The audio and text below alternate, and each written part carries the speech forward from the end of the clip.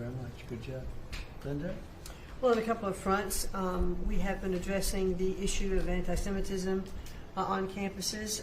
There's been some grant funding and contract funding that we've reviewed, and some canceled and some we've put on hold, waiting for that, while we do an investigation.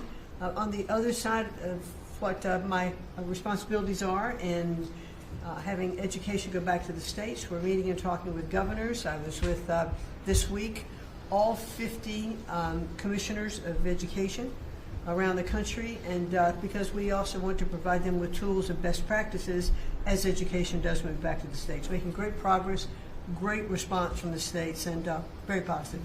And what about colleges? You're holding back $400 million from Columbia. From Columbia. $8 billion from Harvard. Can you imagine the money we pay Harvard?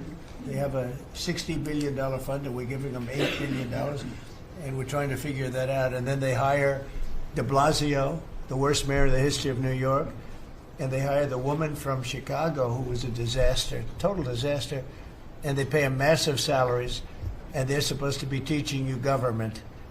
That's not Harvard. That's not Harvard the way it used to be. So, do you have anything to say about that? The dollars you're holding back from quite a few universities that were not behaving. Yeah, and the other, there's some Princeton, Cornell, others that are coming in, and actually getting calls now from the presidents of the universities who really do want to come in and sit down and have discussions. And so we're investigating them, but in the meantime, we're holding back the grant and the fund money. Okay. Great job. Thank you.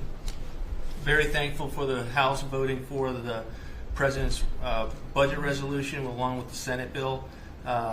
Made a ton of progress this week in working with members to ensure that a desire for flexibility in the Senate was not misconstrued as a desire not to slow and do spending reforms.